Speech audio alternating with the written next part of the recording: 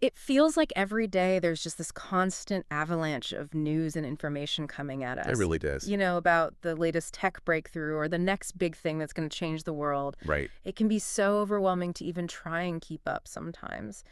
And to be honest, a lot of it feels pretty superficial, like we're just getting the headlines and not really grappling with the deeper implications of what's going on. Absolutely, yeah. And that's kind of the whole impetus behind this deep dive. Right. We want to cut through all the noise and really dig into the sources, the articles, the research papers, even the social media buzz that everyone's talking about.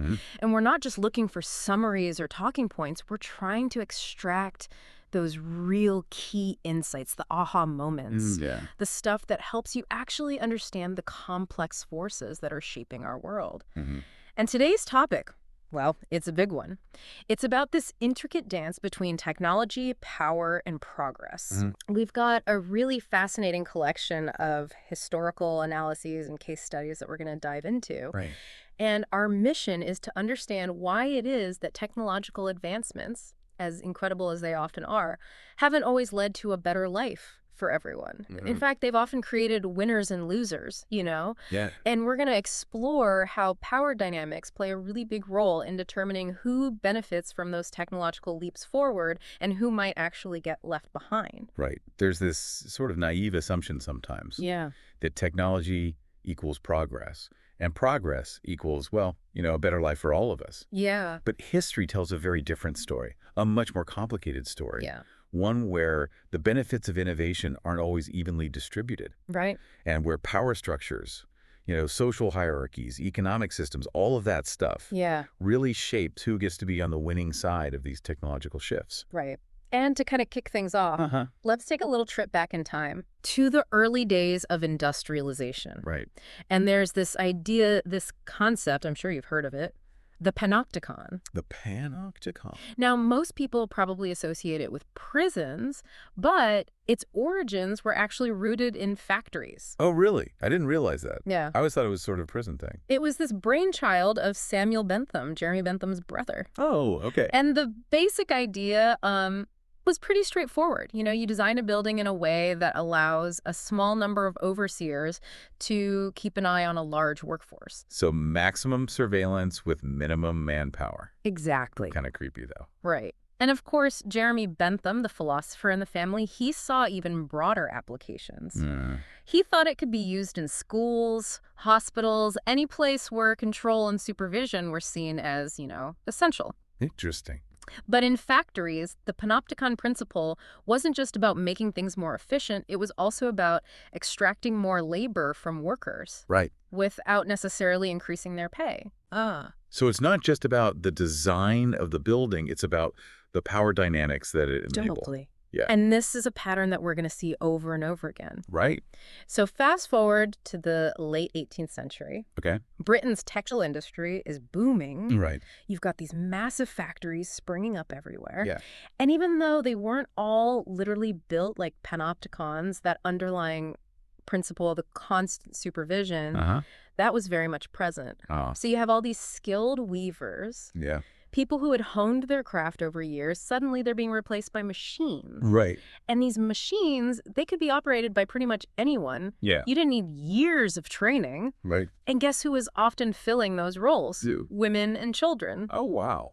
Doing repetitive, often dangerous work for 12, 14 hours a day. Oh, my goodness. Under the watchful eyes of those supervisors for very low wages. Right. So even though technology was, in a sense, increasing productivity, the actual benefits were being funneled to a very select few. Exactly. And for the vast majority of the workers, their lives were getting harder. Right. Not easier. Right. So this is a really important takeaway for our listeners.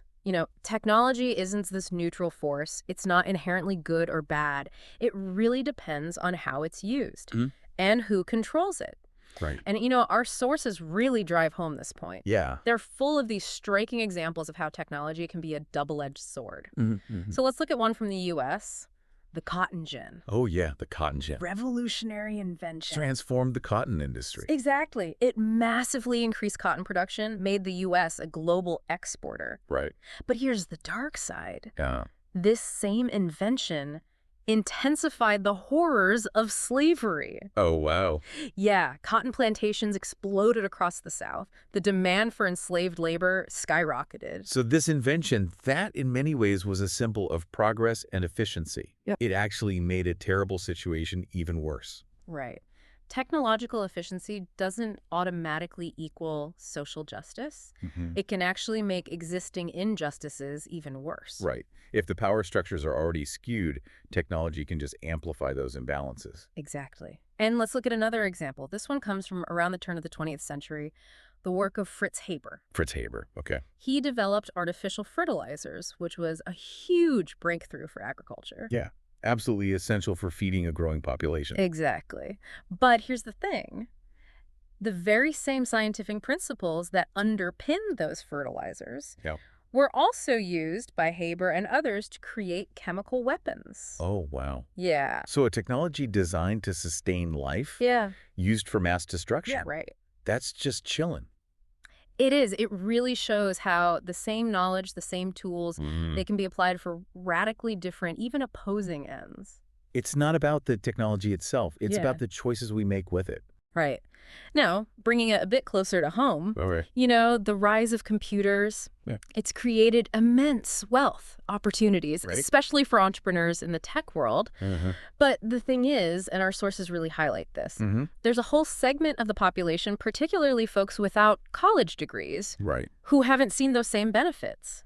In fact, many have experienced a decline in their real incomes. It's almost like the digital revolution has bypassed them entirely. And it underscores this point that technological progress, it doesn't automatically trickle down to everyone. No, it doesn't. It really matters how these technologies are deployed and who gets to control them. Absolutely. And this whole concern about technology's impact on jobs, this isn't new. Right.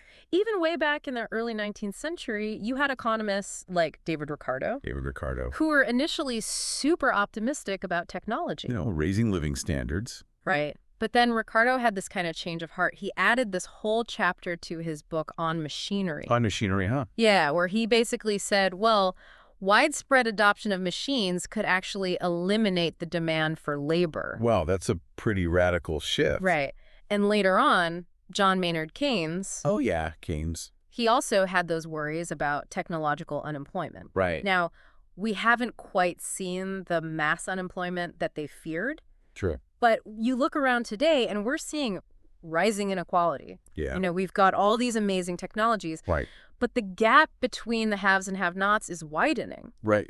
So those anxieties, you know, they weren't completely unfounded. I guess not. So if we kind of rewind the clock back to the mid-20th century, the 1950s, 1960s, productivity was going up. Yeah. And both workers and business owners were seeing the benefits. Wages were rising. Exactly. Their profits were rising. Yeah, everyone seemed to be winning. But today, that link seems to have broken down for many people. It has. And it's not just a U.S. problem either. No. You know, even in those countries with stronger worker protections, Scandinavia, parts of Europe, you're still seeing this rise in inequality. Right. So what happened? I don't know.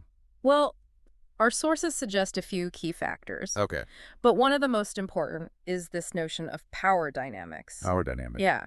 So, for example, employers, they can choose to share a portion of their profits. Right. What economists call rents. Rents, okay. With their employees. Yeah. Like Henry Ford. Henry Ford, yeah. When he decided to implement that famous $5 minimum wage back in 1914, he wasn't just being generous, he was also thinking about his bottom line. Reducing turnover. Right. Keeping workers happy. Exactly. It was a smart business strategy. Yeah. But it also meant that workers shared in the company's success. So sometimes it's a deliberate strategy. Yeah. Sometimes it's driven by social norms. Yeah. Maybe even a sense of fairness. Right. But whatever the reason, that willingness to share the pie is crucial for making sure that technological progress translates into broader social well-being. It is. And conversely, when those in power hoard the benefits, that's when you start to see those inequalities really widen. Right. And it's worth pointing out, you know, our sources do acknowledge that digital technologies have had a huge positive impact on scientific advancement. Oh, absolutely. I mean, the amount of information we have access to now. Unprecedented. The research tools. Incredible. The computing power. It's just transformed how science is done. And scientific progress, it builds upon itself. Right. Each generation stands on the shoulders of those who came before. And it's so much faster now. It is. than it used to be. Right. You know, back in the 1600s when you'd have to wait for letters to be delivered, Yeah. manuscripts to be copied by hand. All right. It could take years for knowledge to spread. Yeah. But now, with digital technology, the sharing and building upon of knowledge is just lightning fast. And that's a good thing, right? It is. But here's where our sources introduce a really important caveat. Okay. They challenge this assumption that technology always equals progress. You know, that more technology is always better.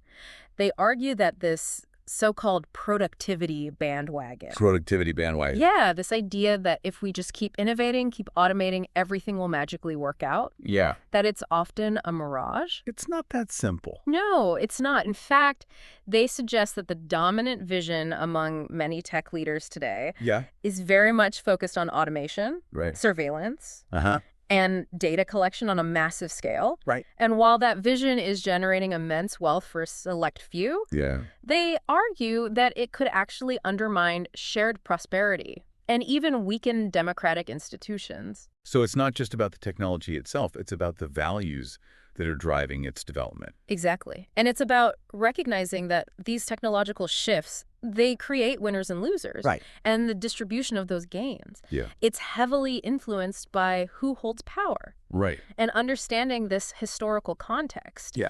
It's really crucial for grappling with the debates we're having today about AI. Absolutely. And automation. Yeah. Because we're not just having a conversation about algorithms. Right. We're having a conversation about power.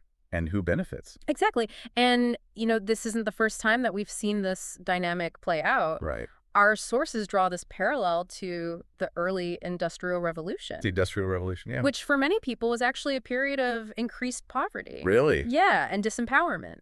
And this was largely due to a really strong emphasis on automation, which displaced all these skilled artisans. So technology replacing jobs.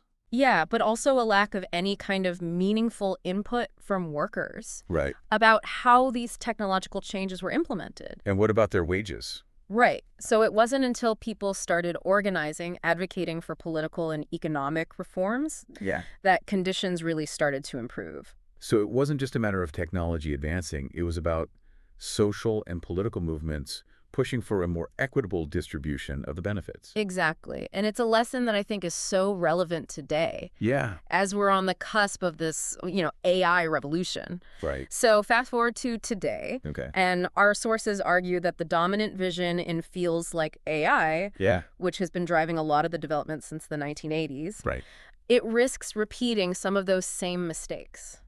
This focus on achieving machine intelligence, you know, automating everything. It could end up exacerbating those economic disparities. You know, benefiting a small elite while leaving a lot of people behind. And this is where they introduce this idea of machine usefulness. Machine usefulness, okay. So instead of just striving for this kind of artificial general intelligence, where machines can do everything that humans can do, they argue that we should be focusing on how machines can actually assist humans. You know, complementing our skills, expanding our capabilities, generating new opportunities. Making us more productive, more creative. Exactly. It's a much more human-centered approach. Yeah, absolutely. Now, to really understand how these particular technological visions gain traction, our sources introduce this really fascinating concept called persuasion power. Persuasion power? Yeah, and it's basically the ability to make your vision the one that society embraces.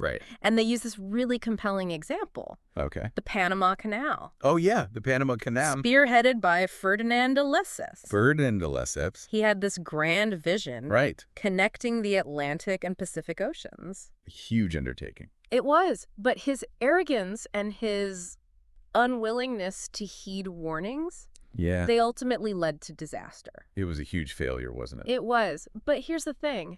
He was incredibly persuasive. He was. He managed to convince countless small investors Yeah. to pour their savings into this fundamentally flawed project. Wow. So it wasn't just about having money or social status, it was his ability to make people believe in his vision. So even a flawed vision, if it's communicated effectively, Yeah. it can still have a huge impact. It can, and we see this throughout history, like with Napoleon. Napoleon. His power didn't just come from military strength. Right. It came from his ability to persuade hundreds of thousands of people to follow him into battle. Inspiring them. Exactly. And even in more recent times, Yeah. like with the 2008 financial crisis. Oh, right. The idea of too big to fail. Too big to fail. Whether you agree with it or not. Yeah. It was incredibly persuasive. It was. And those big financial institutions, Yeah. they managed to convince policymakers that their interests were the same as the economy's interests. And that led to those massive bailouts. Exactly. And so this underscores this point that persuasion power, Yeah. it's not always about truth or what's best for the majority. No. Sometimes it's about self-interest. And the ability to frame that self-interest as something bigger. Right.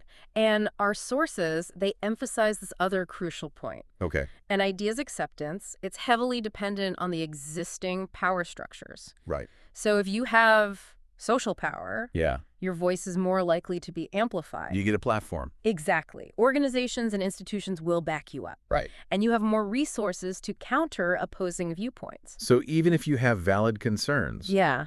if you don't have the social power, it's harder to be heard. Right. And there's also this kind of, I guess you could call it a human tendency. Yeah. We tend to respect social status. We do. We emulate successful people. It's almost instinctive. It is. And it creates this kind of feedback loop. Yeah. Where those who already have power, Yeah. they just gain more status, more influence. Their ideas become even more dominant. Right.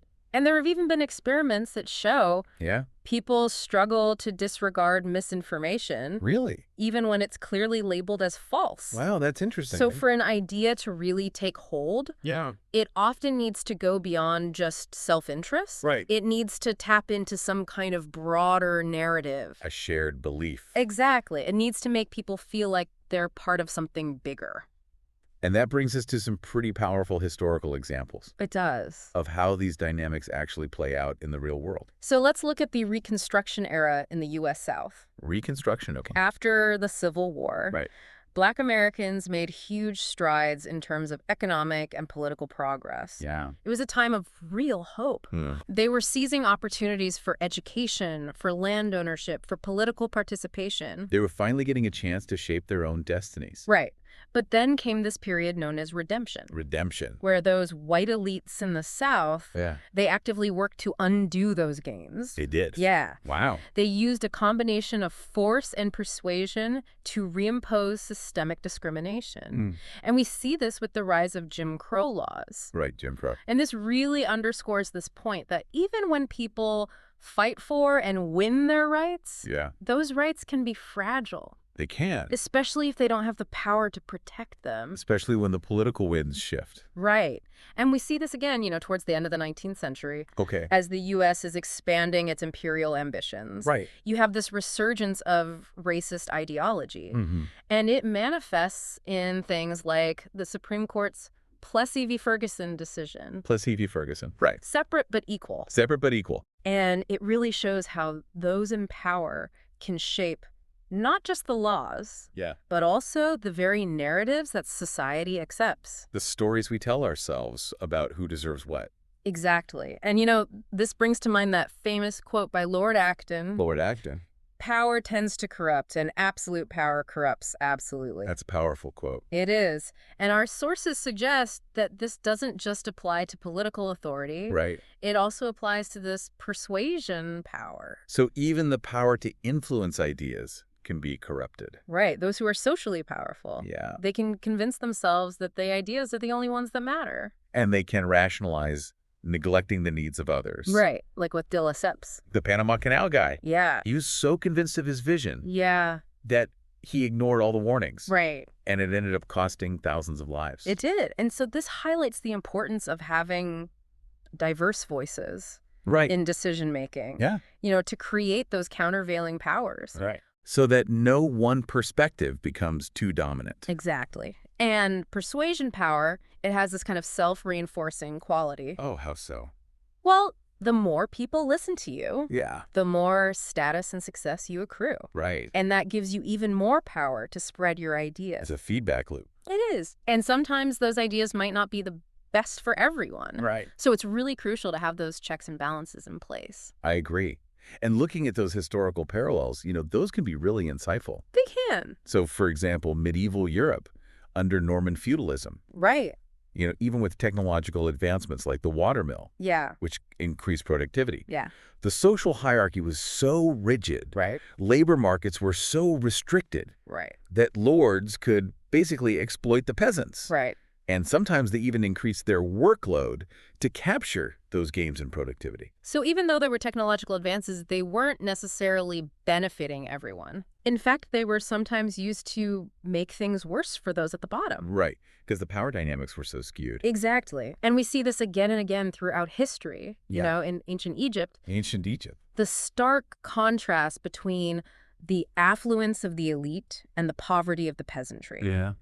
The elite extracted surplus through coercion and taxation. While the majority toiled in really difficult conditions. And it's important to remember that these rigid social structures, they were inevitable. Right. Our sources point out that other societies, even in similar environments, Yeah. they developed different agricultural practices, Different social organization. different ways of distributing power and resources. So it wasn't just a matter of environment or technology dictating how things unfolded. Right. And they highlight this example of Arthur Young, Arthur Young. who was this big advocate for land enclosures in Britain. Land enclosures. Yeah, which basically meant consolidating land into larger privately owned farms. Right. He initially thought it would increase efficiency and productivity. Which it did in some ways. It did. But then he started to have second thoughts. He did. Yeah, he began to see the negative social consequences. Like what? Well, the displacement of small farmers. Right. The concentration of wealth in the hands of a few. So he changed his tune. He did. And guess what happened?